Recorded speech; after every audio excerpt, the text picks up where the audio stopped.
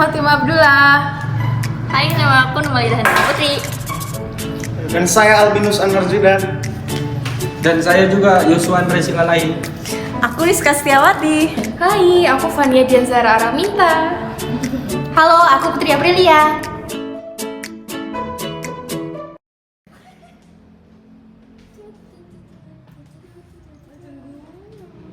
Guys, kalian dengar sih berita terbaru tentang seorang anak yang menikam kedua orang tuanya sama neneknya. Katanya sih itu kejadiannya di Lebak Bulus, Jakarta ya? Ada yang tahu nggak sih kronologisnya? Nah iya, kejadiannya tuh di tanggal 30 November 2024 jam 1 dini hari. Pokoknya tuh kejadiannya tuh pas keluarganya masih pada tidur, kecuali si pelaku ini. Nggak tahu kenapa si pelaku tuh tiba-tiba ke dapur buat ambil pisau ukuran 30 cm gitu. Habis itu dia balik tuh ke kamar orang tuanya. Habis itu dia bunuh bapak ibunya. Bapaknya tuh udah sekarat, tapi ibunya berhasil melarikan diri karena tusukannya tuh tidak mengenai organ vitalnya. Habis itu pas ibunya kabur nih kan si nenek tuh denger nih ada suara berisik-berisik apa gitu kan. Habis itu neneknya keluar, nanyain lah ke cucunya ini. Ditanyain ada apa kok berisik-berisik. Habis itu nggak tahu kenapa tiba-tiba si anak ini nusuk si nenek ini. Habis itu ya udah si pelaku ini kabur. Tapi akhirnya ketangkep juga sama satpam di sekitaran itunya, rumahnya itu. Oh itu juga lagi rame loh di TikTok. Katanya anak itu dari kecil dapat tekanan dari orang tuanya supaya jadi anak yang pintar gitu. Kalau menurut aku sih itu kayak akibat nggak sih dari apa yang dia terima selama ini, jadi dia memberontak. Dengar-dengar isunya juga dia pakai narkotika, guys. Enggak, orang gitu. pas dites urin aja dia negatif kok. Tapi untuk anak yang umur 14 tahun udah berani nikam orang tua dari ayah sama neneknya, itu hal yang nggak wajar nggak sih? Oh, itu berita yang sangat tragis ya, sangat tidak manusiawi. Kebetulan kita juga belajar tentang viktimologi kan, ilmu pengetahuan tentang kejahatan, sebab-sebab terjadinya kejahatan kan. Dan sistem peradilan kita itu cenderung tidak berpihak kepada korban sih. Makanya kayak apa? Orang yang terlupakan dalam sistem peradilan kita itu. Makanya pikiran saya tertuju pada korban sih, ibu-ibu sama itu korbannya itulah penusukan itu. Itu sih menurutku. Anak itu usianya 14 tahun nggak sih? Iya, 14 tahun. Oh ya? 14 tahun loh. Anak umur 14 tahun itu hukumannya gimana?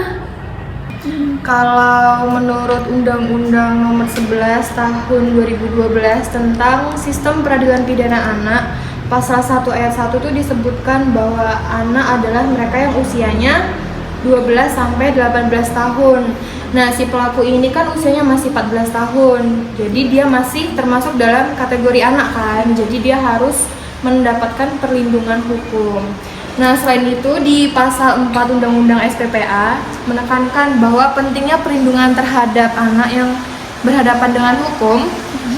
Perlindungan tersebut tuh mencakup hak-hak anak untuk mendapatkan pendampingan hukum, perlakuan yang sesuai dengan kondisi anak, serta pemberian kesempatan untuk rehabilitasi melalui berbagai program pembinaan. Tuh. Tapi kalau dalam pasal 77A KUHP di mana anak itu berhadapan dengan tindak pidana yang tadi, berarti anak itu masuknya ke dalam sistem peradilan anak dong, di mana ini kan hukumannya berarti harusnya ngasih tetap tidak menghilangkan hak-hak anak tersebut. Terus nanti kalau sekiranya anak tersebut udah mendapatkan perlindungan itu atau hukuman dari perlindungan sistem peradilan anaknya itu, nantinya kan anak itu supaya bertujuannya untuk tidak mengulangi kesalahan itu lagi. Dan kalau menurut di undang-undang, setahu aku ini ya, dan menurut di Undang-Undang Nomor 23 Tahun 2002 tentang Perlindungan Anak itu harus mendapatkan rehabilitasi dan penanganan atau pembinaan dari secara psikologisnya itu. Terus dia tuh kena gangguan tidur gitu loh guys, atau yang biasa disebut distorsi persepsi. Dia tuh kayak di kelas juga sering tiduran, terus nggak konsen waktu belajar. Terus juga katanya dia tuh anak tunggal ya. Terus dia tuh kayak mungkin ya, dia tuh kayak kesepian, gak ada temen. Tapi kalau menurut aku dia tuh katanya kena kasus bullying, tapi nyatanya tuh enggak. karena pas di wawancara tuh dia tuh nggak kena kasus bullying, malah temen-temennya tuh kayak dukung dia gitu. Jadi menurut aku circle-nya ini ada yang salah deh. Atau enggak anaknya itu tuh punya gangguan jiwa karena tuntutan ekspektasi dari kedua orang tuanya itu, atau gimana sih? Ngerti gak? Iya guys, kejiwaannya udah kena 4 kali ke psikiater dia. Emang kelanjutan kasusnya gimana sih? Kalau kelanjutan kasusnya belum tahu sih, soalnya masih diproses dalam hukum. Tetapi ibunya itu tuh kayak minta anaknya tuh dibebasin karena mau gimana pun pelakunya itu tetap anaknya sendiri. Kasus kayak gitu ngeri banget gak sih guys? Seharusnya kasus kayak gitu nggak terulang lagi sih di lingkungan kita ini, apalagi kan itu anak usia masih 14 tahun ya. Iya sih teman-teman, menurutku kayaknya itu juga perlu dilihat dari pendidikan ya sih, perlu ada penerapan moral terhadap karakter anak supaya anak itu merasa takut dalam hal pembunuhan ya, tindakan keji semacam itu. Nah itu perlu dilihat bila perlu ada campur tangan dari pemerintah, dari negara, entah itu di lingkungan masyarakat, sekolah, termasuk agama. Mungkin itu menurutku.